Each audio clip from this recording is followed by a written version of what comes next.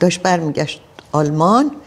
وقتی هم که باش حرف زدم خداحافظی میکردیم گفت مواظب مسعود باش، تنها نذارین هم دیگر رو، این روزا مثلا تنهایی خوب نیست. وصیتش گفت و رفت فوت کرد. شما عنوان کردید مادر من دست پدرم رو گذاشت تو دست شما و به شما سپرد. شما یه نگاه به کارنامه خودت بکن، ببین که آیا کدوم آدم عاقلی شوهرش رو به دست شما میسپره. خیلی خنده داره. بعد شما فکر میکنید مردم نمیدونن؟ شما 2 سال قبلش باش با پدر من رابطه داشتی. این رو که کسی نمیدونه که نامه های عاشقانه شما با پدر من هست.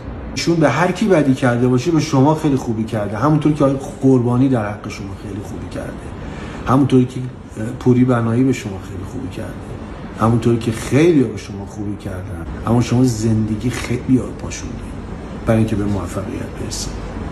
اینا رو چطور دور میگفتی؟